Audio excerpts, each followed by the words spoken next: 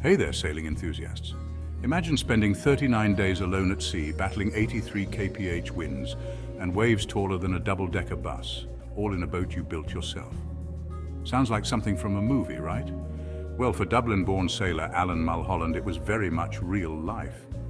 After 51 years away from home, Alan decided to make his grand return to Ireland by crossing the Atlantic in his homemade 21-foot junk-rigged sailboat, the Wave Rover 2. That's right, folks, this incredible journey started on Prince Edward Island, Canada, and took him down the US eastern seaboard, with pit stops in places like New York City and Virginia Beach, before heading out into the vast Atlantic.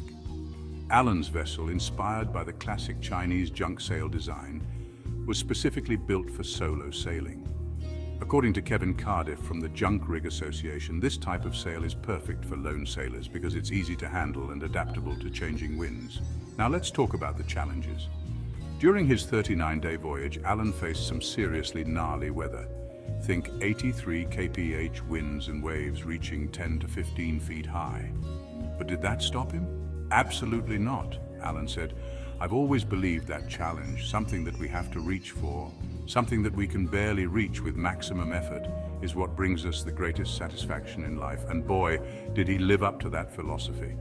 He documented his entire journey on his YouTube channel at Rovers Adventures, which has nearly 45,000 subscribers.